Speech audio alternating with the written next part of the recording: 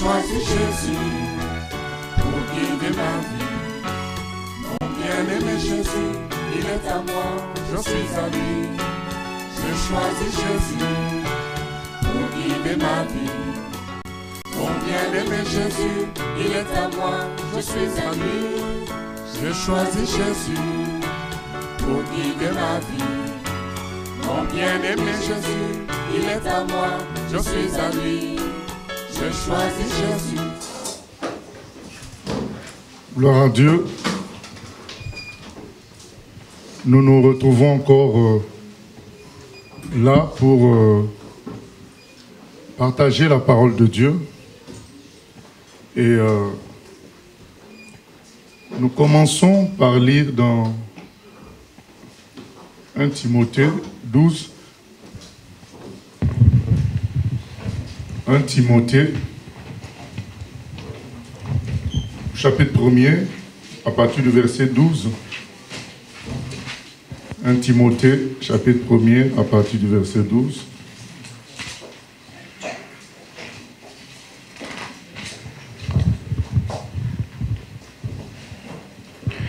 Je rends grâce à celui qui m'a fortifié, à Jésus-Christ notre Seigneur, de ce qu'il m'a jugé fidèle, en m'établissant dans le ministère. Moi qui étais auparavant un blasphémateur, un persécuteur, un homme violent. Mais j'ai obtenu miséricorde parce que j'agissais par ignorance, dans l'incrédulité, et la grâce de notre Seigneur a surabondé avec la foi et la charité qui est en Jésus-Christ. C'est une parole certaine et entièrement digne d'être reçue que Jésus-Christ est venu dans le monde pour sauver les pécheurs, dont je suis le premier. Mais j'ai obtenu miséricorde afin que Jésus-Christ fît voir en moi le premier toute sa longanimité, pour que je servisse d'exemple à ceux qui croiraient en lui pour la vie éternelle. Amen, amen. Voilà ce que notre frère Paul dit, donc au chapitre 1er. Il dit qu'il était quelqu'un de méchant, de violent, de mauvais, jusqu'à persécuter l'œuvre de Dieu. Mais le Seigneur a eu pitié de lui.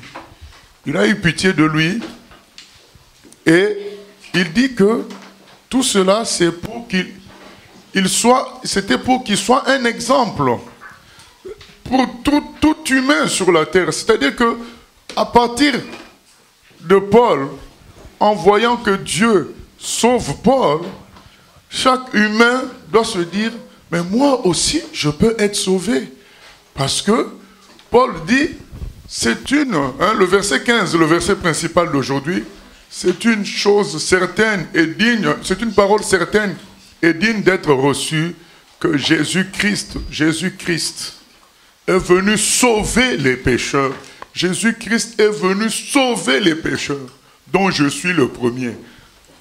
Si Jésus est venu sur la terre, c'est pour sauver les pécheurs. Et Paul dit, c'est moi le premier des pécheurs, parce que quand je regarde à tout ce que j'ai fait contre Jésus, contre son église, contre les chrétiens, et qu'il m'ait sauvé moi, c'est qu'il peut sauver n'importe qui. Voilà notre message principal. Mais avant de revenir sur ce message principal, nous allons lire Matthieu 25, 31 à 46. Nous allons lire ça et puis nous allons revenir sur notre message principal. Matthieu 25, 31 à 46, c'est une parole certaine et digne d'être reçue, que Jésus-Christ est mort pour les pécheurs, dont je suis le premier. Voilà notre verset de base.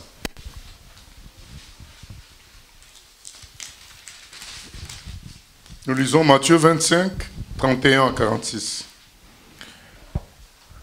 Lorsque le Fils de l'homme viendra dans sa gloire, avec tous les anges, il s'assiera sur le trône de sa gloire. Toutes les nations seront assemblées devant lui.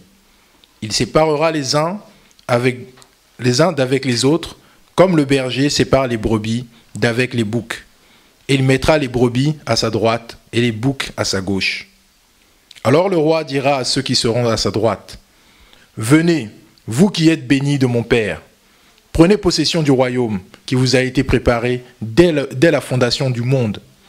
Car j'ai eu faim et vous m'avez donné à manger, j'ai eu soif et vous m'avez donné à boire, j'étais étranger et vous m'avez recueilli, j'étais nu et vous m'avez vêtu, j'étais malade et vous m'avez visité, j'étais en prison et vous êtes venus vers moi. Les justes lui répondront, Seigneur, quand avons-nous vu avoir faim et t'avons-nous donné à manger, ou avoir soif et t'avons-nous donné à boire? Quand avons-nous vu étranger et t'avons-nous recueilli, ou nu et t'avons-nous vêtu? Quand avons-nous vu malade ou en prison et sommes-nous allés vers toi? Et le roi leur répondra, je vous le dis en vérité, toutes les fois que vous avez fait ces choses à l'un de ces plus petits de mes frères, c'est à moi que vous les avez faites. Ensuite, il dira à ceux qui seront à sa gauche, retirez-vous de moi, maudits. Allez dans le feu éternel qui a été préparé pour le diable et pour ses anges. Car j'ai eu faim et vous ne m'avez pas donné à manger. J'ai eu soif et vous ne m'avez pas donné à boire. J'étais étranger et vous ne m'avez pas recueilli. J'étais nu et vous ne m'avez pas vêtu. J'étais malade et en prison et vous ne m'avez pas visité. Ils répondront ainsi, Seigneur, quand avons-nous vu ayant faim ou ayant soif, ou étranger, ou nu, ou malade, ou en prison, et ne t'avons-nous pas assisté? Et il leur répondra, je vous le dis en vérité, toutes les fois que vous n'avez pas fait ces choses à l'un de ces plus petits, c'est à moi que vous ne les avez pas faites. Et ceux-ci iront au châtiment éternel, mais les justes à la vie éternelle. Voilà. Ce passage nous montre que un jugement est en train de venir. Jésus promet clairement dans ce passage qu'il y aura un jour où il jugera toutes les nations, même ceux qui sont morts. Ils reviendront à la vie et il y aura deux camps. Le camp de ceux qui ont fait les choses selon Dieu et le camp de ceux qui ont refusé de croire en Dieu ou de se soumettre à lui, qui ont refusé de prendre Dieu au sérieux. Il dit que les maudits, ça sera le camp le deuxième camp. Ces gens-là iront dans le feu éternel, mais qui n'avait pas été fait pour eux. Ça a été fait pour le diable, celui qui tente les gens, celui qui pousse les gens à ne pas croire en Dieu, à désobéir à Dieu. Ce feu-là a été fait pour lui, pour le contenir, pour l'empêcher d'agir sur le reste. Donc il devait être contenu comme c'est un être éternel. On ne peut pas le tuer. Donc il doit être contenu. Il doit être limité. Et c'est le feu qui va le contenir parce que c'est ainsi, face au mal, c'est le feu qui doit contenir. Mais ça n'a pas été préparé pour les humains. Mais les humains qui choisissent le diable, qui décident de ne pas confier leur vie à Dieu, finiront là-bas. Le Seigneur jugera les gens selon leurs œuvres. Ce texte est clair. Ça ne sera pas selon les beaux discours. Ce n'est pas parce que tu fais des beaux discours sur Jésus, tu fais des beaux discours sur Dieu, que tu iras au ciel. C'est ta nature qui démontrera si tu es de Dieu ou pas. Et comment ta nature le démontrera? Parce que tu produis au jour le jour. C'est ça qui montre qui tu es. Ce n'est pas tes discours. Là, c'est clair. Jésus dit, mais vous m'avez fait ceci, vous m'avez fait cela. Il ne dira pas, vous avez dit ceci, vous avez dit cela. Vous m'avez fait ceci, vous m'avez fait cela. C'est à cause de ça que vous allez au ciel. Et les autres, vous m'avez fait ceci, vous m'avez fait cela. C'est à cause de ça que vous allez en enfer, dans le feu éternel. Ce sont les œuvres, les actes qui montrent qui nous sommes. Il y a un jugement qui arrive. Et donc, même si on veut faire semblant de ne pas le voir, au moins que dans les circonstances d'aujourd'hui, avec le coronavirus, que tu sois honnête pour reconnaître qu'il y a un jugement qui va arriver. Pourquoi? Parce que dans le livre d'Apocalypse et dans Luc chapitre 21, le Seigneur Jésus a prévenu, a parlé de cela. Vous allez me dire, ah oui, mais ce n'est pas la première, oui, crise sanitaire, mais oui, il a dit qu'il y en aura beaucoup. Il y en aura qui vont venir régulièrement. Mais c'est ce qui se passe. 2003, 2005, 2009. Ça s'enchaîne. Et aujourd'hui, 2020, 2019, 2020. Ça s'enchaîne. C'est-à-dire qu'il y aura des pestes. Il y aura tout ça.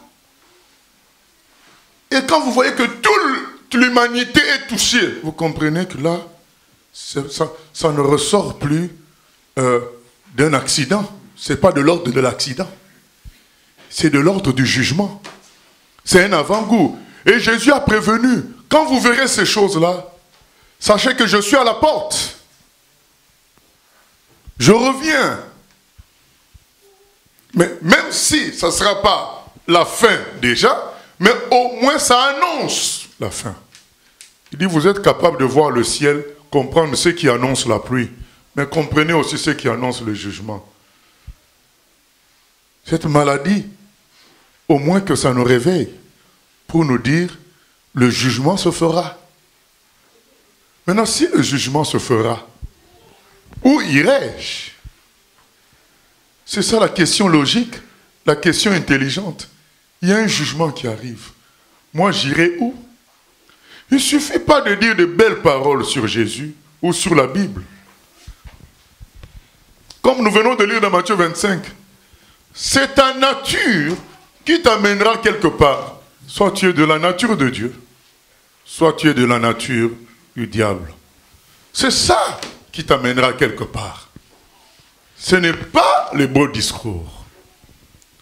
Maintenant, nous revenons sur notre passage de 1 Timothée 1, 12 à 16, où Paul dit que lui qui a été un blasphémateur, un homme violent, qui a frappé les chrétiens, emprisonné les chrétiens, qui a soutenu le fait qu'on les mette à mort, ben, Dieu lui a pardonné. Alors, à travers les Écritures, Paul nous dit aujourd'hui, pourquoi mon ami, demeurer dans ton péché alors que le salut est gratuit et simple? Pourquoi? Nous allons relire Paul dans 1 Timothée, comme on a lu tout à l'heure, 1 Timothée chapitre 1er, 12 à 16. Vraiment, c'est ça le texte important. Le jugement arrive.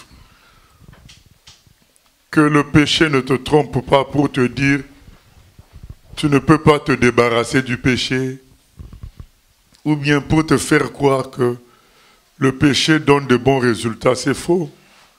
Le péché ne sauve pas du coronavirus.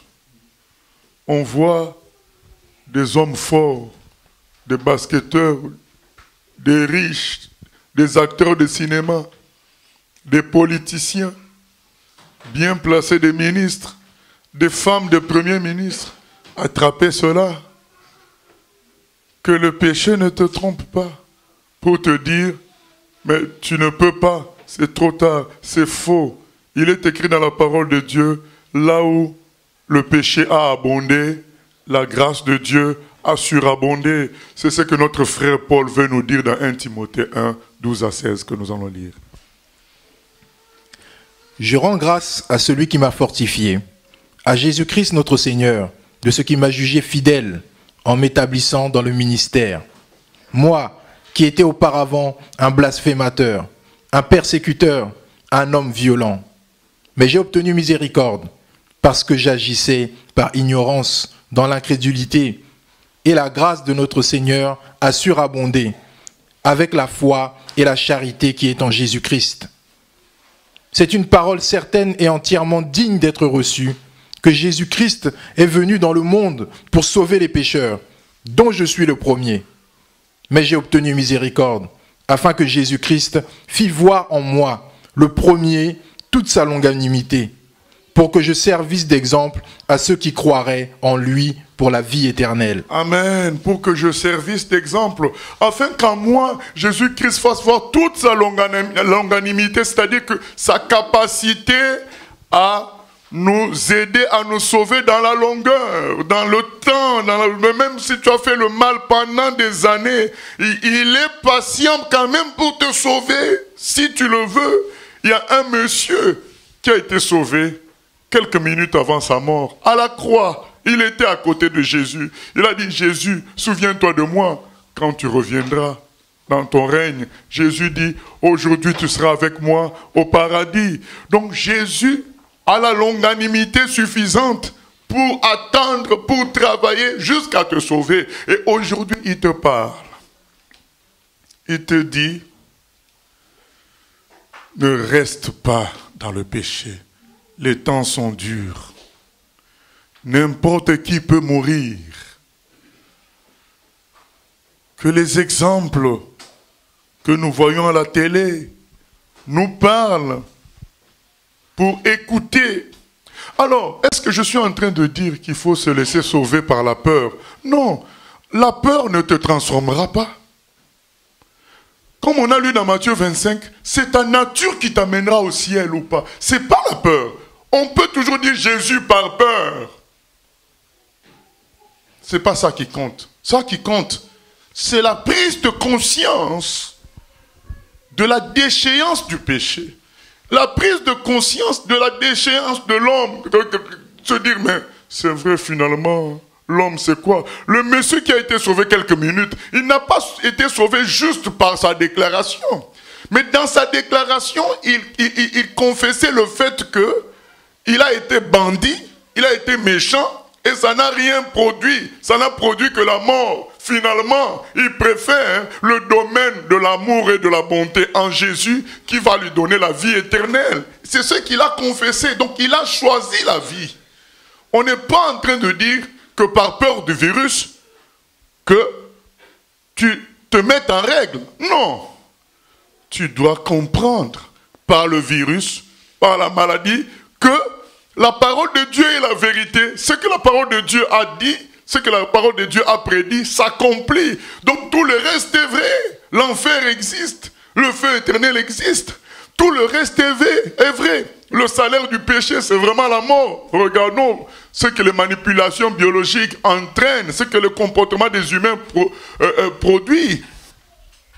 Tu dois reconnaître à l'évidence qu'il y a un problème. Si vraiment tu es censé, tu dois reconnaître. Ne sois pas dans l'entêtement. Reconnais qu'il y a un problème dans l'humanité. Il n'y a pas de sécurité sur cette terre. Il n'y a pas de sécurité. On ferme les frontières, ça passe toujours. Il n'y a pas de sécurité. Vous allez dire, ah, mais oui, mais en Chine, c'est en train de régresser. Mais oui, Jésus a dit que ça, c'est l'avant-goût. Tout ça, ça va être les avant-goûts pour nous parler. Dieu est tellement bon dans sa longanimité. Il va nous parler même à travers ça pour te dire le sort de l'humanité, c'est la mort. C'est ce qui est écrit dans Romains 3, 23. Nous allons lire ça. Romains 3, 23. Et ensuite, on va lire le verset 24. On ne te demande pas d'aller au ciel par peur, mais d'aller au ciel par prise de conscience. À travers ce qui peut faire peur, tu prends conscience de l'acuité, de la précision de la parole de Dieu, de la vérité de la parole de Dieu pour dire, c'est vrai que tout ça est vain. Regarde tous ces gens. Vous savez, ce qui est vain, c'est qu'on voit même que les pays pauvres ne sont pas touchés, mais c'est les pays riches qui sont touchés. Voilà, tu te dis, mais c'est vrai que tout ça est vain. Voilà qu'on aurait pu se croire en sécurité en Italie. Vous imaginez, il y a des Africains qui font tout, qui peuvent faire une année de parcours à pied jusqu'à arriver en Italie par bateau, prendre le risque même de couler. Mais on se rend compte que l'Italie n'est pas un vrai refuge. Puisque regardez ce qui se passe. Le vrai refuge, c'est auprès de Dieu. C'est le ciel. Tu te rends compte que l'argent n'est pas le vrai refuge. C'est cette prise de conscience que nous demandons. Nous ne voulons pas la foi par la peur, mais que la peur te fasse prendre conscience de la réalité, de la vérité biblique, et que tu décides de t'abandonner entre les mains de Jésus. Et cela est possible. N'écoute pas la puissance du péché qui te fait croire que tu ne peux pas t'en sortir. Tu ne peux pas plaire à Dieu. Ça ne peut pas marcher. Alors, qu'est-ce que tu espères? Tu espères que vite on trouve un vaccin, comme ça tout ça se calme. Allez, retour dans les boîtes de nuit. Oh, mon cher, il y aura autre chose encore. Et finalement, il y aura le feu éternel. Que ceci te parle. Oui, nous lisons Romains 3, 23. Car tous ont péché et sont privés de la gloire de Dieu. Et ils sont gratuitement justifiés par sa grâce, par le moyen de la rédemption qui est en Jésus-Christ. 23 nous dit, tous ont péché et sont privés de la présence divine, donc de la vie éternelle. Ce sont des gens qui sont voués à la destruction et à la mort. C'est ça le péché. Ça conduit à cela. Ce n'est pas parce que ça a un bon goût. Quand quelqu'un prend certaines drogues, au départ, ça a un bon goût dans son corps. Mais ça finit par quoi? Par détruire beaucoup d'organes, par détruire le cerveau, par créer une dépendance qui fait de toi un esclave. On a vu des documentaires où il y a des gens qui ont besoin de 300 € par jour de drogue. 300 € par jour. Du coup, ils ne travaillent pas parce qu'ils doivent se piquer régulièrement. C'est devenu des loques humaines. C'est ce que le péché fait de nous. Tu diras, mais moi je ne suis pas une loque. Oui, tu es une loque parce que tu ne dépends plus de ta volonté. C'est le péché qui t'entraîne. Ça t'entraîne même à nier l'évidence que ce que nous vivons aujourd'hui est un jugement. Ça te pousse à nier l'évidence de Dieu. C'est le péché. Tu es esclave, tu es une loque. Parce que quelque chose qui est tellement simple à voir. Vous savez bien aimé, quand on lit tout ce qui concerne les étoiles, bien aimé, tu deviens fou d'adoration de Dieu, de louange de Dieu. Vous savez qu'il y a une étoile qui s'appelle, et ce n'est pas la plus grande, hein, mais comme son nom est beaucoup plus facile à retenir, Bételgeuse, qui a un rayon de 700 millions de kilomètres.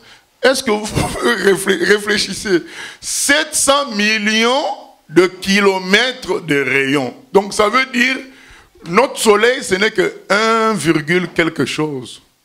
Mais là, c'est 700 millions. La Terre, vous voyez comment c'est grand? Mais ce n'est que 6400 kilomètres. 6400, notre Terre. Maintenant, cette étoile-là, c'est 700 millions. Alors, quand j'ai vu ça, j'ai dit, mais comment les scientifiques peuvent ne pas croire en Dieu? Est-ce que vous imaginez une boule qui a 700 millions de kilomètres? Vous imaginez comment c'est grand? Donc, quand on met la Terre à côté de cette boule-là, on ne voit plus la Terre. C'est un point. Tellement c'est grand. Mais c'est une boule qui existe. Donc si on met cette étoile-là, Bételgeuse, on remplace le soleil par ça, donc ça va avaler et le soleil, et la Terre, donc ça va avaler jusqu'à Mars, ça va avaler tout ça.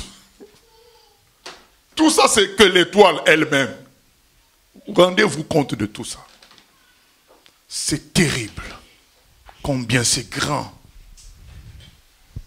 Rien qu'un objet qui est aussi grand. Dieu est évident. C'est de la mauvaise foi ou de l'ignorance, parce que c'est ce que Paul dit, j'étais ignorant. Mais donc Dieu nous comprend dans notre ignorance, mais il surabonde dans son amour. Il permet que les prédicateurs parlent, qu'on explique les choses, pour que les gens sortent de l'ignorance, pour que leurs yeux s'ouvrent sur la réalité de Dieu. Vous vous imaginez qu'on vous mette une feuille d'arbre dans un microscope, vous allez voir comment c'est extraordinaire. Une fleur. Vous allez voir comment c'est... Il y a encore des choses à l'intérieur, il y a toute une vie à l'intérieur. Quand vous mettez une cellule dans le microscope, vous allez voir qu'il y a toute une vie, et il faut savoir que dans cette cellule-là, il y a encore d'autres choses à l'intérieur, et il y a même un élément dans la cellule dans lequel cet élément-là se comporte comme une usine. Donc quand on regarde ça au microscope, il se comporte comme une usine. Il sort des matériaux, il reçoit d'autres, il transforme, il sort. Mais tu dis, mais tout ça, c'est encore plus petit que la cellule. Alors quand tu vois tout ça, comment tu peux nier l'évidence de Dieu? Dieu est évident. Ah, vous allez dire, ah oui, mais moi, s'il était... Il y a des gens qui disent, mais oui, mais pourquoi alors il y a des enfants qui meurent de cancer, il y a des enfants innocents qui meurent... Mais le pourquoi est simple, c'est le péché que notre ancêtre a commis. Il s'appelle Adam, il a commis le péché et le péché a entraîné les choses. Et quand le péché agit, il n'est pas rationnel parce que les gens pensent que le péché va être rationnel, va toucher seulement la personne qui a fait le problème, ne va pas toucher les autres. Non, non, le péché se répand. Comme le virus là, il est venu de Chine. Est-ce qu'il a demandé la permission pour venir en France? C'est irrationnel. Le mal se répand. Et ça peut toucher des gens qui n'en sont pas à l'origine. C'est ça le mal. Mais la solution est là. C'est Jésus, le Fils de Dieu. Aujourd'hui, Jésus dit, pécheur, reviens. Pécheur, ô pécheur, viens. Tel que tu es. Paul nous le dit dans 1 Timothée. Si moi j'ai été sauvé, vous tous vous pouvez être sauvés. Parce que qui peut être plus mauvais que moi? Qui est blasphémé? Vous savez, blasphémateur, c'est le péché le plus grave de la Bible. Donc quand tu blasphèmes, ça veut dire que tu as pris la place de Dieu. Quand tu blasphèmes, ça veut dire que tu as attaqué Dieu lui-même. C'est le péché le plus grave. Et Paul dit, moi j'étais un blasphémateur. J'ai attaqué Dieu lui-même. J'ai été un homme violent. J'ai fait enfermer des chrétiens en prison injustement. J'en ai massacré d'autres par la violence. Et j'ai soutenu qu'on mette à mort d'autres encore. Il dit, mais moi, si Dieu m'a sauvé, alors il peut te sauver. Bien aimé, arrête de croire que tu ne peux pas t'en sortir par rapport à la colère.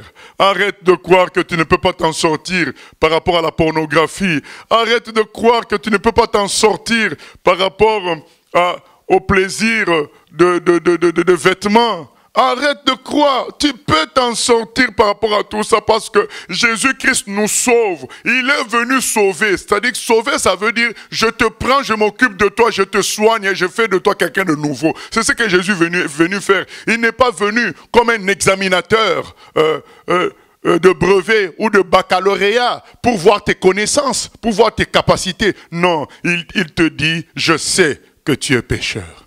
Je sais ce que tu es. Alors, ne te cache pas à moi.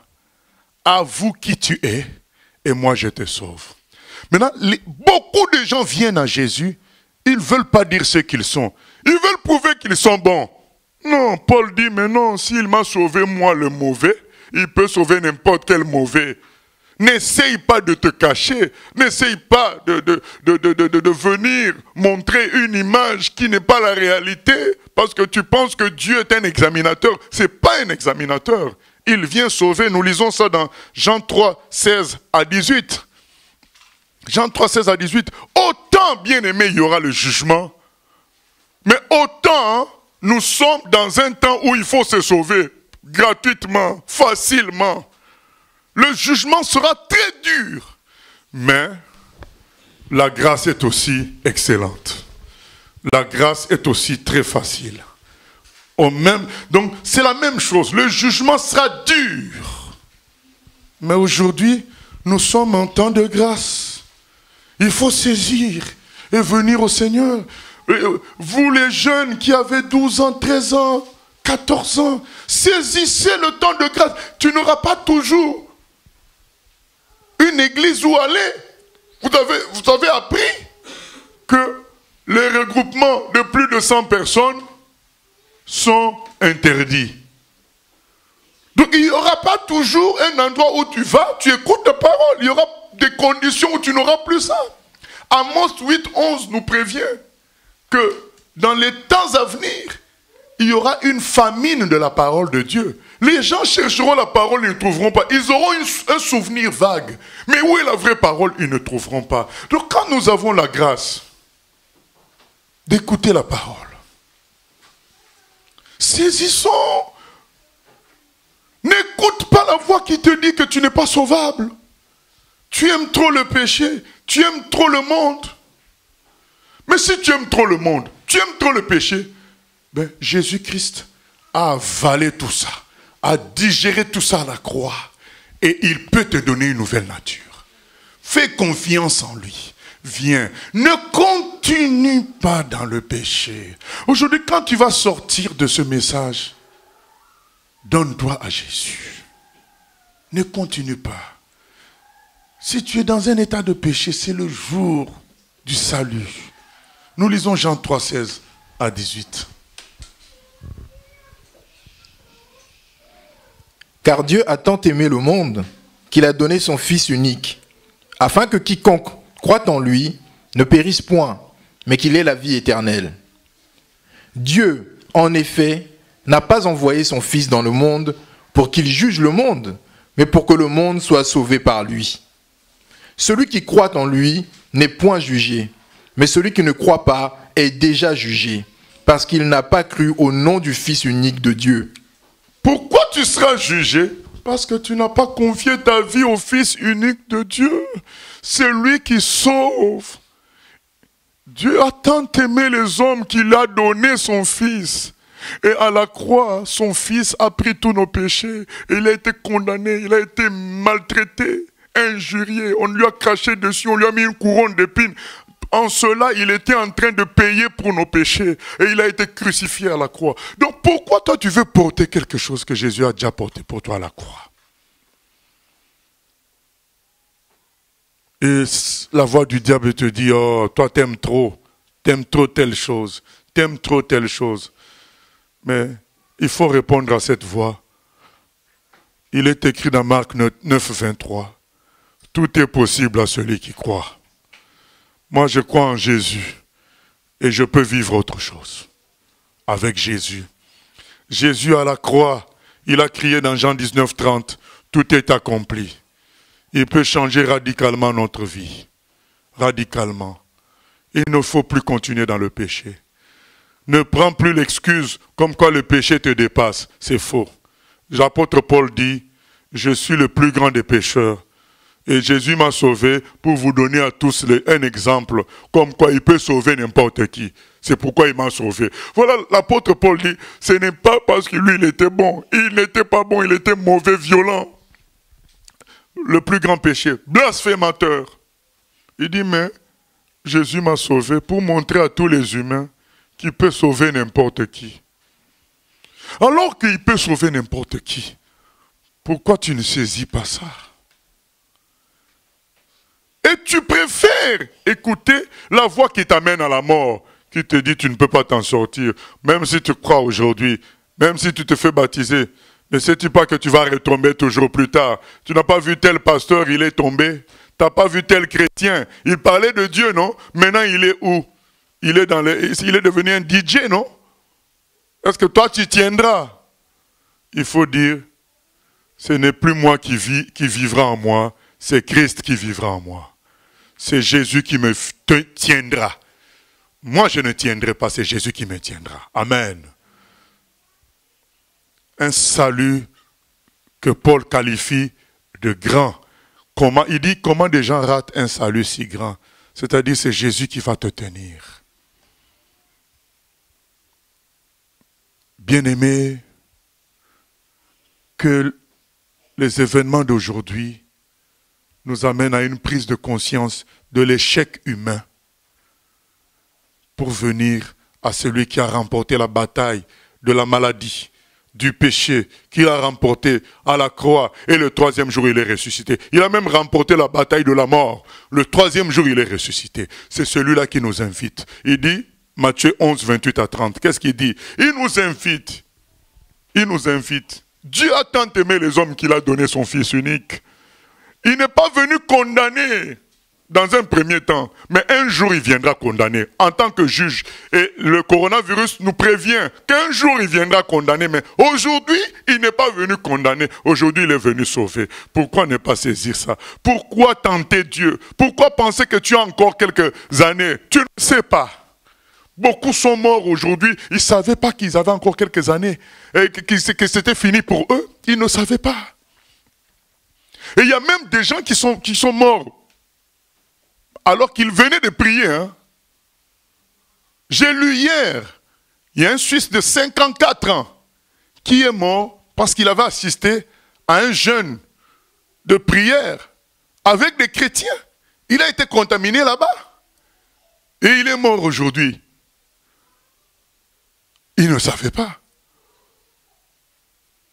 Et toi qui écoutes, qui est peut-être en Afrique, c'est pas parce qu'il n'y a pas le coronavirus là-bas que ça te parle pour te dire que même toi, autre chose peut t'éliminer demain. C'est juste que nous comprenions le message de Dieu. C'est ça qui compte. Et Jésus dit, mais pourquoi ne pas me prendre comme maître et sauveur, que je m'occupe de vous? Pourquoi? Bien-aimés, beaucoup prétendent que ce que parfois nous prêchons, c'est exagéré, c'est dur. Rien n'est dur. Nous prêchons tout simplement qu'on doit vivre la vie chrétienne à 100%. Et cela est possible par la grâce de Dieu. Ce n'est pas par nos propres efforts.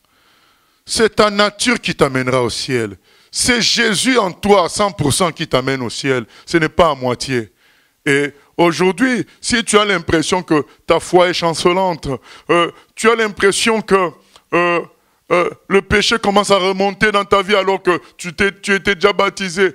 Aujourd'hui, tu as l'impression que tu sympathises avec Jésus, mais tu n'arrives pas à décider encore de laisser à 100%. Mais écoutons ce que lui-même dit dans Matthieu 11, 28 à 30. Venez à moi. Vous tous qui êtes fatigués et chargés, et je vous donnerai du repos. Prenez mon joug sur vous et recevez mes instructions, car je suis doux et humble de cœur. Et vous trouverez du repos pour vos âmes, car mon joug est doux et mon fardeau léger. Amen, amen. Venez à moi, vous tous qui êtes fatigués et chargés. Qu'est-ce qu'il y a de difficile à venir? On ne te dit pas, décharge-toi et viens. Non. Venez à moi, viens, tel que je suis, sans rien à moi, tel que je suis, tel que tu es, sinon ton sang versé pour moi. Voilà le chant. Tel que tu es, viens à Jésus.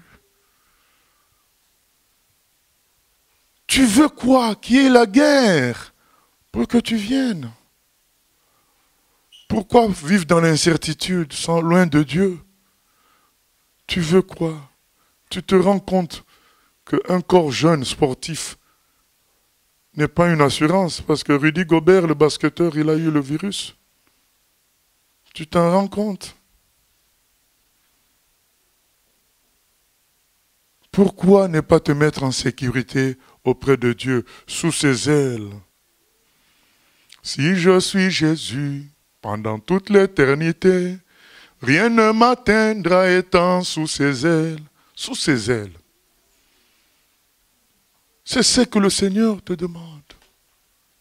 N'écoute pas le mensonge comme quoi tu es un grand pécheur et que c'est compliqué que tu sois sauvé. Comme quoi les désirs des choses de la terre sont accrochés à toi. Comme quoi, certains aussi, on leur dit, mais tu as déjà signé le contrat avec le diable, avec ton sang. C'est impossible de faire marche arrière, c'est faux. Le sang de Jésus est plus puissant que le sang qui a signé le contrat. Il peut effacer toute ancienne alliance, tout contrat. Il y en a, on leur dit, quand on devient sorcier, on ne peut plus faire marche arrière, c'est fini, c'est faux. On peut toujours faire marche arrière parce que tout est possible à celui qui croit. Et rien n'est impossible à Dieu. Il te demande de venir. Le diable te dira, mais oui, mais tu ne vois pas un tel. Lui, il était sorcier, il était venu, mais il y est retourné, non? Tu y retourneras. N'écoute pas tout ça. Écoute la voix de Jésus. La voix du Seigneur m'appelle. Jésus t'appelle. Viens. Viens. Aujourd'hui, c'est notre message. Viens. Arrête. Arrête de vivre tel que tu vis. Loin de Dieu. Arrête tout ça. De vivre. Tu te crois indépendant, mais tu es dépendant du diable. Tu t'en rends pas compte. Sois plutôt dépendant de Dieu. Arrête. Il n'y a pas de raison. Paul dit, si lui il a été sauvé, tout le monde peut être sauvé. Parce que lui, il était un blasphémateur, le plus grand péché. Reviens au Seigneur. Confie tout à lui. C'est ça notre message d'aujourd'hui. Les temps sont difficiles. Ce n'est pas par peur, ni par fuite, mais c'est par prise de conscience que tu dois te dire, à partir d'aujourd'hui, je me confie dans le Seigneur Dieu qui a fait les cieux et la terre. C'est lui qui va s'occuper de moi. Désormais, c'est lui qui prend en charge ma vie. Et tel que tu es, tu viens auprès du Seigneur, tu dis, Seigneur, je ne sais pas comment m'en sortir. Mais toi, tu peux. Parce qu'il est écrit, rien n'est impossible à toi. Moi, je viens me livrer à toi. À partir d'aujourd'hui, je veux vivre à 100% avec toi. Je vais être comme Paul. Est-ce que vous vous rendez compte, Paul est passé de blasphémateur, homme violent, en prédicateur de Jésus et homme doux. Le contraire. Il dit, tout ça c'est la grâce de Dieu. Son amour a surabondé là où mon mauvais caractère a abondé. Son amour a dépassé.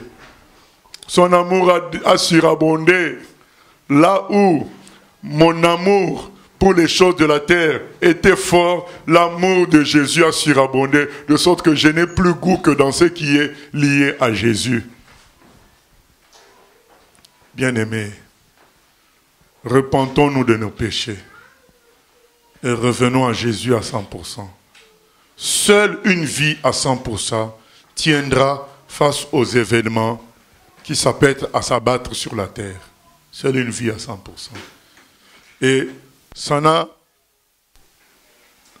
n'est pas difficile cette vie à 100%. Pourquoi nous disons que ce n'est pas difficile? Parce que c'est Christ qui nous la donne, cette vie. C'est lui qui vit en nous. Maintenant, je ne dis pas qu'on ne va pas souffrir. Mais je dis tout simplement que ce n'est pas difficile la vie à 100%. Mais on va souffrir. Parce que nous serons le contraire de ce que tout le monde est. Il y aura la souffrance. Il y aura des prises de risques. Et je bénis le Seigneur bien-aimé aujourd'hui que nous nous réunissons malgré ces risques de contamination. On a un petit goût de ce que vivent, bien-aimés, de ce que vivent nos frères persécutés dans le monde entier. Vous savez que nos frères persécutés, ils ne savent pas. Est-ce qu'aujourd'hui, il y aura des centres de la police? Donc, ils vont au culte avec un double sentiment, une double sensation. Ils se disent, bon, peut-être la police peut débarquer. Peut-être le nouveau frère qui est venu dimanche passé était en réalité un espion. de l'État, un espion de la police, et que ce dimanche-là, il va se ramener avec les policiers, les soldats, pour nous amener dans les conteneurs. Il y a des endroits où on met les chrétiens dans les conteneurs. Il y a des endroits où, en Corée du Nord, c'est les travaux forcés. Pendant des années et des années. En Chine, il y a des endroits où on les emprisonne. En Inde, il y a des endroits où on les brûle. Donc, ils ne savent pas, ce dimanche, est-ce que ce sera le jour de la descente? Ça sera le jour de notre massacre. Mais ils vont au culte. Aujourd'hui, nous aussi, on est venus comme ça. Est-ce que c'est le jour de la contamination? Non, c'est intéressant de vivre. C'est ce que notre frère Pierre dit dans 1 Pierre 5, 8 à 9. Il a dit, est-ce qu'on peut lire ça? C'était pas prévu. 1 Pierre 5, 8 à 9. Il dit, mais ce sont ces souffrances-là que vivent tous vos frères et sœurs dans le monde entier. Et nous, on est là toujours, saucisson sec, non. Il y a un temps aussi, on doit partager les souffrances. Donc, quand ces gens-là vont au culte, ils ne savent pas, est-ce qu'aujourd'hui, ce n'est pas le jour de la descente? Ce n'est pas le jour où on va tuer mon papa pasteur? Est-ce que ce n'est pas le jour où on va prendre mon père, l'amener en prison? L'enfant va au culte avec cette peur-là. Mais il se dit, mais Jésus mérite la gloire. Amen. Nous lisons 1 Pierre 5 à 8 à 9. Soyez sobres, veillez. Votre adversaire, le diable, rôde comme un lion rugissant, cherchant qui il dévorera. Résistez-lui avec une foi ferme, sachant que les mêmes souffrances sont imposées à vos frères dans le monde. Amen. Il dit que le diable nous impose des souffrances, des peurs. La plus grande des souffrances du diable qu'il nous impose, c'est la peur. C'est la plus grande souffrance, bien aimé. Tu peux être en costume, je ne sais pas quelle marque, de marque de François Fillon qu'il avait mis là, qui lui ont créé des problèmes. Tu peux avoir ça, mais quand tu as peur, tu transpires, tu taches la chemise. Tu n'es plus bien. Comme lui, François Fillon, il va au procès, mais tu vas au procès en costume, je ne sais pas quelle marque, de 6 000 €. Mais tu te dis, mais si le juge me dit à perpétuité, c'est fini. Donc tu as un costume de 6 000 €, mais tu n'es pas à l'aise. La peur, c'est la pire des souffrances pour un homme sur terre. Et le diable l'apôtre dit, c'est ça que tous vos frères et sœurs dans le monde entier subissent. Alors quand ça nous arrive, on n'est pas les premiers. Bien-aimés, ne cherche pas à être super chrétien. Sois normal. La peur vient et tu pries que Dieu te l'enlève. Ne cherche pas à dire, maman, j'ai pas peur. Non, laisse tomber ces histoires-là. J'ai peur, mais tous mes frères et sœurs dans le monde entier, ils ont aussi peur. Il y en a qui ont peur parce que les parents sont musulmans. Ils ont interdit à l'enfant d'être chrétien, mais lui, il est devenu chrétien.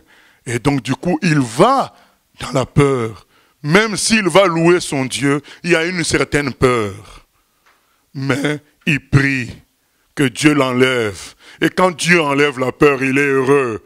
Que la police prenne mon père aujourd'hui. Que la police nous enferme tous aujourd'hui. Jésus est glorifié. Amen. C'est le jour du salut aujourd'hui, bien-aimés. Et je nous exhorte, bien-aimés, à prêcher à tous nos membres de famille. À prêcher à tous les gens que nous connaissons, à leur dire que c'est le temps du salut. Jésus-Christ sauve le plus grand des pécheurs. Vous n'êtes pas exclus, vous êtes invités, tous au salut. Que le travail que Dieu nous donne en ce temps de la fin, on peut encore évangéliser. N'entrons pas dans un esprit réflexif. Vous savez, en mathématiques, il y a une propriété qu'on appelle la réflexivité. C'est-à-dire que c'est une flèche qui tourne sur toi-même, quoi. Donc, on se recroqueville et on attend que Dieu nous enlève pour nous amener au ciel. Non. Nous devons répandre l'évangile parce que les gens en ont besoin. Peut-être que le coronavirus leur a ouvert les yeux. C'est l'aide de Dieu pour leur salut. C'est le moment. C'est le moment d'apporter l'évangile. C'est le moment de parler de Dieu.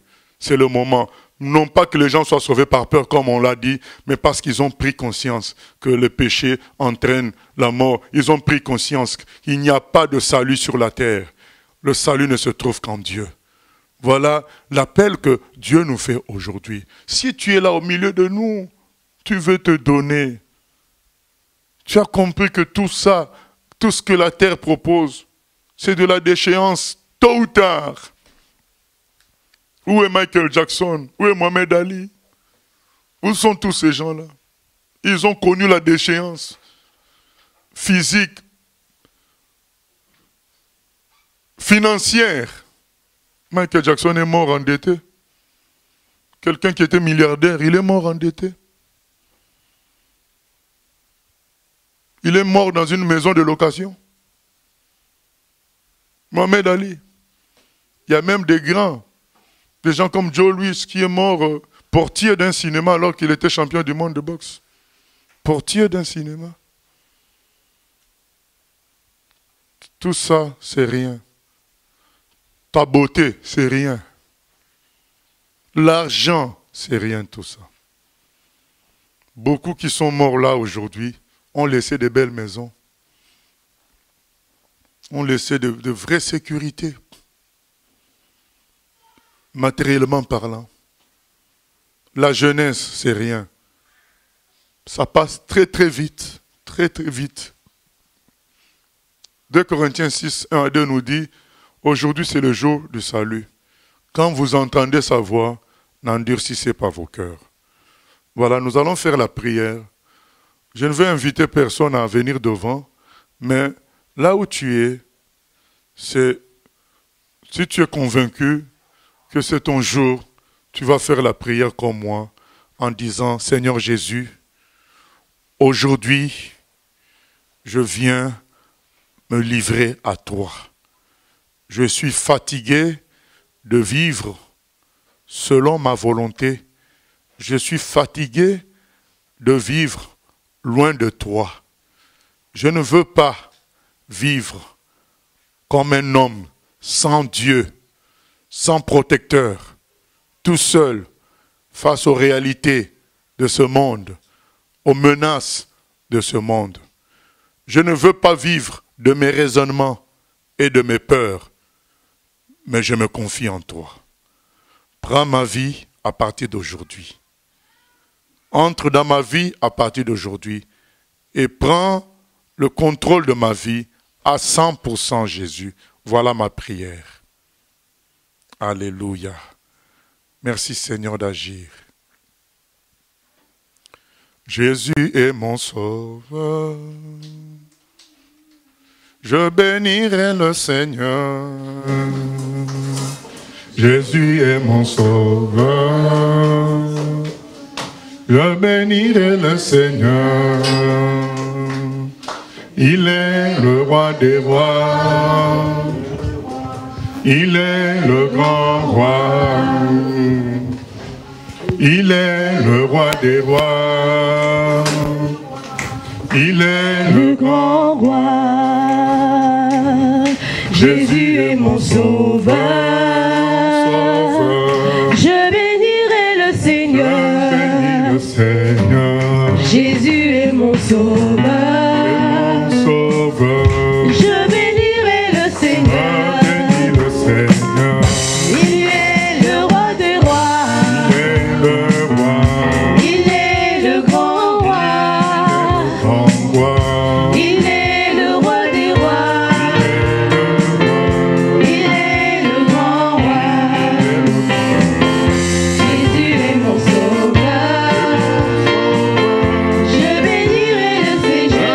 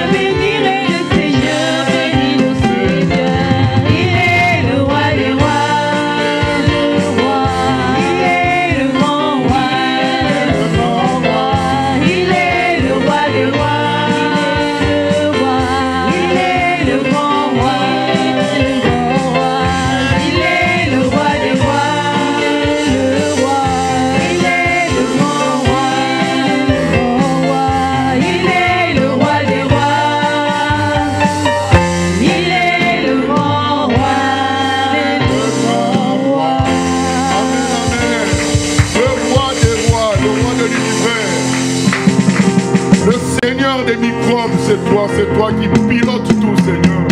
Tu es le maître de l'univers. Le centenier romain a dit, dis seulement une parole et mon serviteur sera guéri. Seigneur, nous venons prier pour tous les frères et sœurs qui sont malades dans le monde entier. Nous prions que ton nom, Seigneur, dans leur vie, les défende.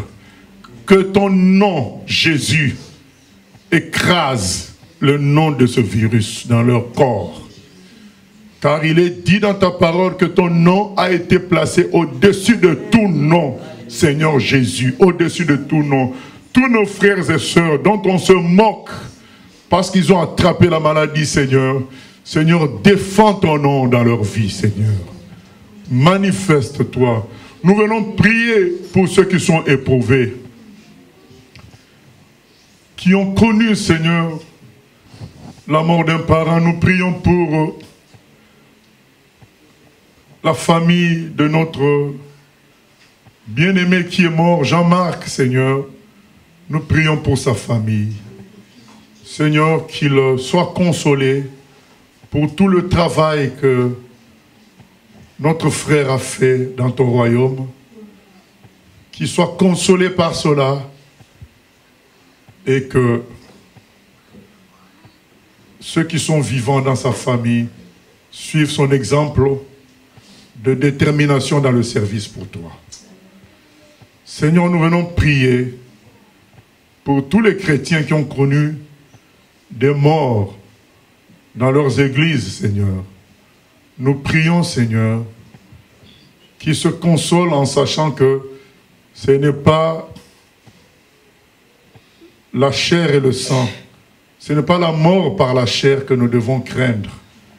C'est la deuxième mort qui doit nous faire peur. Et il est écrit, Seigneur, que tu nous ressusciteras au dernier jour. Nos bien-aimés sont partis te rejoindre et ils se réjouissent avec toi au ciel. Que ceux qui restent, ceux qui ont vécu autour d'eux de telles morts, ne soient pas vaincus dans leur foi, mais au contraire, qui se souviennent de Jean 19:30, tout est accompli, et qui sachent que nos bien-aimés ont été sauvés par la grâce surabondante. Seigneur, que nous restions debout pour proclamer ton nom.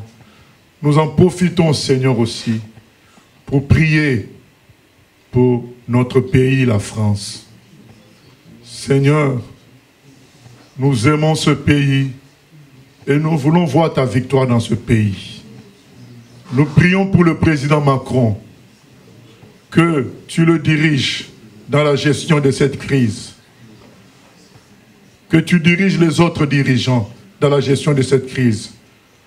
Seigneur, nous te sommes reconnaissants d'avoir touché les autorités pour dire que les lieux de culte étaient ouverts. Ils ont reconnu ta grandeur. Nos prières ne sont pas vaines, Seigneur. Ils ont tout fermé, mais ils ont dit les lieux de culte sont ouverts. Ils ont reconnu que Dieu doit être élevé. Et ce n'est pas nous qui allons nous terrer, Seigneur. Si eux, ils reconnaissent ça, c'est toi qui te sers d'eux pour nous pousser à t'adorer, à t'élever, Seigneur. Alors, continue, Seigneur, à te servir d'eux pour sauver toute la population française. Merci, Seigneur, de parler à chaque Français, de parler à chaque humain à cette heure, que chacun reconnaisse que l'homme n'est rien et que toi seul sauves. À toi la gloire, la louange au siècle des siècles. Amen. Voilà, que Dieu soit béni. Nous allons écouter un témoignage de notre sœur Mireille. Et après, on passera aux annonces.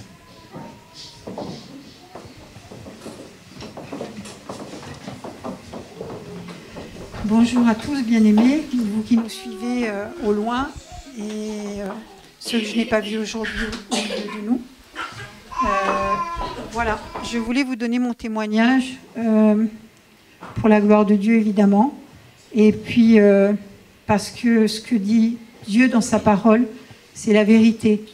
Et si on n'accepte pas de vivre ce qu'il permet dans nos vies, on ne peut pas voir sa gloire. Donc, en janvier de l'année dernière, janvier 2019, j'ai commencé à avoir des douleurs de plus en plus violentes.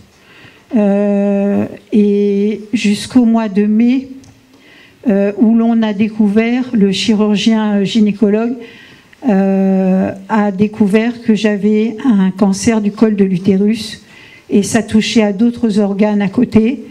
Et donc j'ai subi une première intervention pour confirmer ce fait. Et puis un mois plus tard, j'ai subi une seconde intervention pour voir si les ganglions avaient été touchés. Donc les ganglions avaient été touchés. Donc évidemment le chirurgien a refusé de m'opérer parce que c'était propagé le cancer. Donc on m'a orienté vers un traitement, vers un cancérologue. Et le cancérologue a mis au point un traitement qui consistait à la fois en chimiothérapie et en radiothérapie et ce qu'on appelle en finalité curithérapie. Donc j'ai commencé le traitement au mois de juillet. J'avais donc un traitement, donc le lundi je subissais entre guillemets, on me faisait la chimiothérapie, donc toute une matinée jusqu'en début d'après-midi. Ensuite je partais à la radiothérapie. Et tous les jours, j'avais la radiothérapie les autres jours de la semaine. Ça a duré comme ça jusque quasiment fin août. Ensuite, on m'a laissé un temps de repos. Et on m'a envoyé par la suite à Villejuif, à Gustave-Roussy. Et là-bas, donc, on m'a fait ce qu'on appelle une radiothérapie interne. Donc pour envoyer des rayons au plus proche du reste des tumeurs, là où ça se situait encore. Et donc ça, c'était en septembre. Donc après, il a fallu attendre plusieurs mois pour vérifier par différents examens où ça en était. Et j'ai vu une dernière fois le cancérologue au mois de janvier. Et à l'issue de tous ces examens, le cancérologue m'a annoncé que j'étais guérie. Alors, je voulais vous dire, bien-aimés, que évidemment, je suis un humain, nous sommes tous des humains.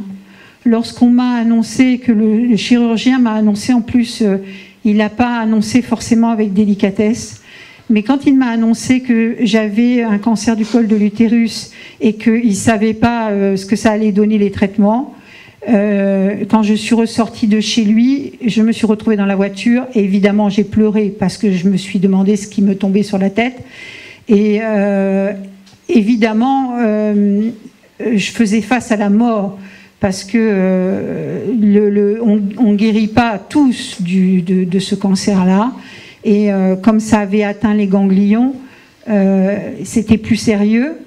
Donc quand j'ai eu cette nouvelle-là, donc je suis rentrée à la maison, bon, j'ai dit à maman, évidemment on a été choqués l'une et l'autre, on a pleuré, puis j'ai envoyé des messages à nos responsables, mais uniquement à très peu de personnes, à nos responsables, parce que ce que je ne voulais surtout pas, c'est que pendant les traitements et pendant cette période, les gens s'apitoient sur moi, et m'amène à m'apitoyer moi-même sur moi-même, ce qui aurait été contre-productif parce que ça m'aurait empêché de regarder à Jésus, ça m'aurait amené à regarder la terre et aux choses terrestres et non pas à Dieu qui est tout-puissant.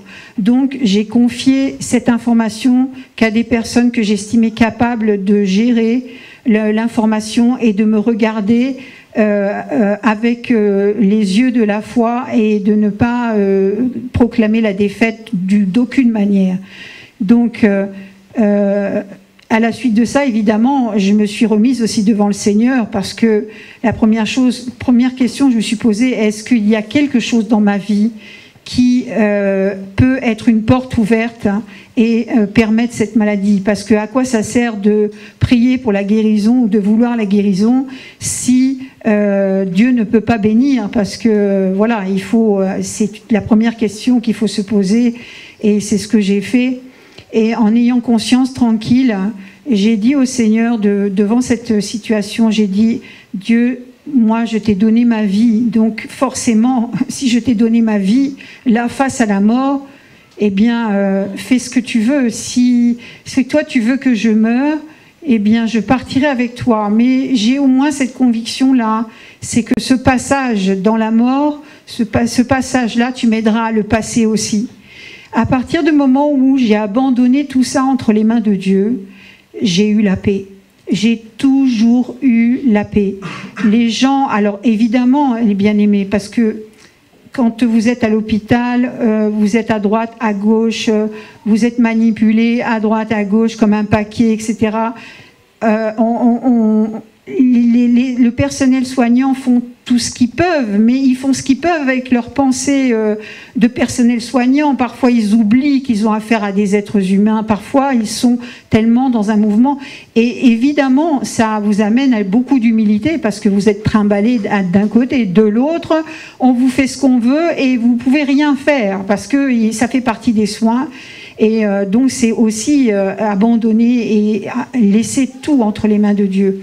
Et quand on m'a annoncé aussi qu'on allait, en plus de me faire la chimiothérapie, on allait en plus m'injecter des corticoïdes, là j'ai pleuré, j'ai dit Seigneur, mais ça suffit pas la chimiothérapie, pourquoi encore les corticoïdes? Dieu m'a répondu, je suis au-dessus des corticoïdes. Alors la paix est revenue et j'ai continué mon chemin avec le Seigneur. Donc traitement après traitement, jour après jour, j'ai fait ma part, j'ai continué. Il y a des moments j'avais du mal à prier, il y avait des moments j'avais du mal à louer, mais dans mon cœur je savais que Dieu pouvait pas avoir quoi que ce soit contre moi parce que il savait que de mon cœur je l'aimais et je restais dans sa présence. Et les bien-aimés m'ont soutenu dans la prière, et même ceux d'ailleurs qui n'étaient pas au courant. Ceux qui prient pour les responsables, eux-mêmes ont prié pour moi au travers des responsables, parce que si les responsables ont pu continuer à prier pour moi, me soutenir comme ils l'ont fait, c'est parce que nous-mêmes, nous tous, nous prions pour eux et nous les soutenons.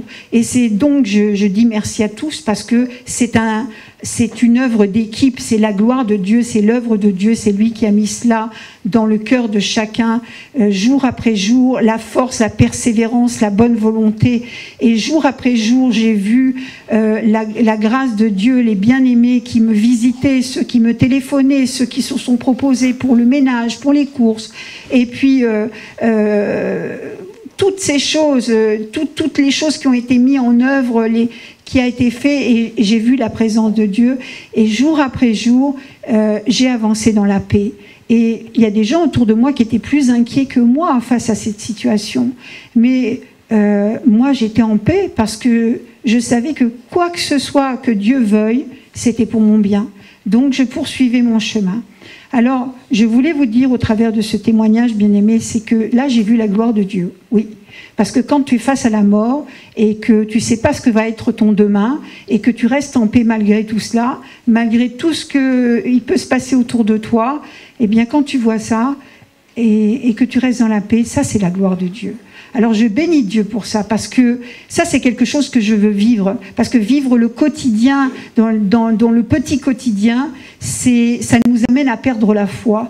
Par contre, laisser Dieu conduire nos vies et nous amener dans des situations difficiles et où on s'abandonne à lui, c'est quand on s'abandonne justement que ça ne devient plus difficile justement. C'est quand on laisse Dieu faire que ce n'est plus du tout une difficulté. Et si je vous témoigne de ça, bien-aimés, c'est qu'avec Dieu, il ne faut pas avoir peur. Il faut avoir la foi et croire en ses promesses et ne pas laisser les raisonnements, tout ce qui peut passer dans la tête, toute l'influence qu'on a autour de nous, il ne faut pas laisser ça prendre le dessus. Il faut laisser Dieu gérer, croire en sa parole. Et notre combat de chaque jour dans la prière, c'est de dire Dieu, voilà, tu vois, il y a des parties de moi qui sont incrédules, mais viens m'aider, Seigneur, afin que je croie en toute ta parole. Pas un seul parti. toute ta parole, parce que c'est par la foi que nous vivons. Donc voilà, que mes bien-aimés, que ce message nous ramène, et justement ça tombe bien, ça fait un moment que je voulais témoigner, mais ça tombe pile au moment du coronavirus, que ce message nous amène à avoir confiance que Dieu, même si on doit attraper cette maladie, Dieu sait pourquoi, il nous tient dans sa main et il nous aime plus que nous-mêmes nous nous aimons, et il nous aime plus que les autres nous aiment. Voilà, je bénis Dieu et je vous bénis au nom de Jésus. Amen. Voilà, gloire à Dieu. Avant de laisser la place à notre bien-aimé, j'annonce mardi prochain, on va faire une parenthèse par rapport aux études bibliques, donc je donne rendez-vous au Béréen. Ça sera un mardi info, donc vous pouvez déjà envoyer les questions concernant le coronavirus, l'attitude d'un chrétien, ce qui s'est passé entre autres, parce que ça fait partie des problèmes qu'on entend gauche à droite. Comment c'est fait qu'il y a eu un rassemblement de chrétiens et beaucoup ont été contaminés dans ce rassemblement, tout ça, ça pose des questions, quelle attitude, tout ça adopter. Donc nous consacrons le mardi prochain à coronavirus et fin des temps. Donc c'est ça le thème du mardi prochain, mardi info. Peut-être qu'on rajoutera un autre sujet ou deux sujets d'actualité en petit format, mais le grand format, ça sera coronavirus et fin des temps. Voilà, je laisse le frère Jacques.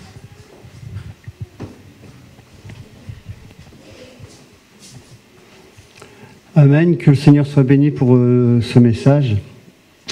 Ce matin, il y a simplement une annonce. L'annonce, ça concerne les femmes. Il y a une réunion de femmes le vendredi 20 mars à 18h30 chez la diaconesse Ginette, au 107 rue Louis Blanc, appartement 69, 76 100, Rouen-Gauche. 107 rue Louis Blanc, appartement 69, 76 100, Rouen-Gauche. Et le thème de la deuxième partie, c'est le couple. Sinon, les annonces habituelles, c'est ccnbethlehem.com. Et sur ce site-là, on peut se retrouver le mardi en direct, comme a dit le pasteur. À partir de mardi, tous les mardis à 18h30, on peut se retrouver en direct sur le site ccnbethlehemtv.com. Que le Seigneur soit béni, si on peut se lever pour remettre toute cette journée entre les mains du Seigneur.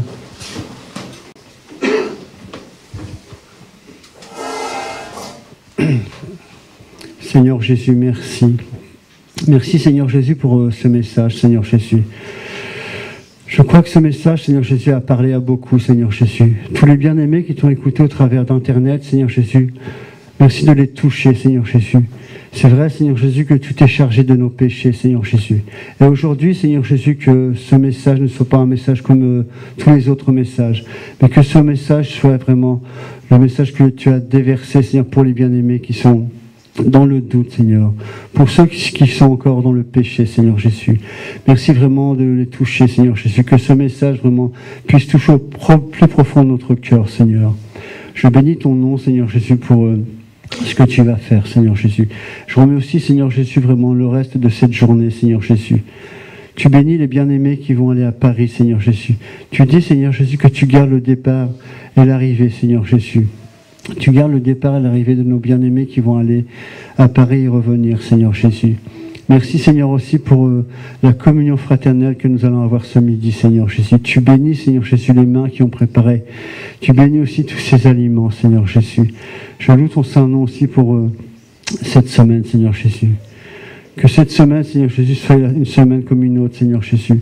Malgré les circonstances, Seigneur Jésus, que nous n'ayons peur de rien, Seigneur Jésus, parce que tu es avec nous, Seigneur. Et Seigneur Jésus, je remets cette semaine entre tes mains, Seigneur Jésus. Tu bénis, Seigneur Jésus, les enfants qui vont rester, qui ne vont pas à l'école, Seigneur Jésus. Tu bénis, Seigneur Jésus, nos bien-aimés qui vont aller au travail, Seigneur Jésus. Tu bénis, Seigneur Jésus, tous ceux, Seigneur Jésus, qui sont obligés, Seigneur Jésus, de se déplacer, Seigneur Jésus, pour diverses raisons. Et Seigneur Jésus, tu as ta main sur chacun d'entre nous, Seigneur Jésus. Et ce matin, Seigneur Jésus, je te dis merci. Merci vraiment de prendre le contrôle, Seigneur Jésus. C'est toi, Seigneur Jésus, qui prends le contrôle de toutes choses, Seigneur Jésus. Et ce midi, Seigneur Jésus, je te dis merci. Merci, Seigneur Jésus, parce que la peur n'est pas de toi, Seigneur Jésus. Et je chasse toute peur, Seigneur Jésus, de nos vies, Seigneur. Sois béni, sois loué, Seigneur Jésus, pour ce que tu vas accomplir. Et nous te disons merci, Seigneur Jésus. Sois béni, sois loué, sois exalté, Seigneur Jésus. Merci pour ces prières, Seigneur Jésus, sois béni. Au nom de Jésus, ainsi nous t'avons prié, Seigneur. Amen. Amen.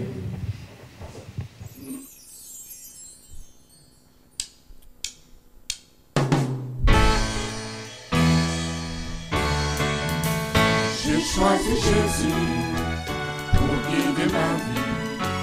Mon bien-aimé Jésus, il est à moi, je suis à lui. J'ai choisi Jésus pour guider ma vie. Mon bien-aimé Jésus, il est à moi, je suis à lui. J'ai choisi Jésus pour guider ma vie.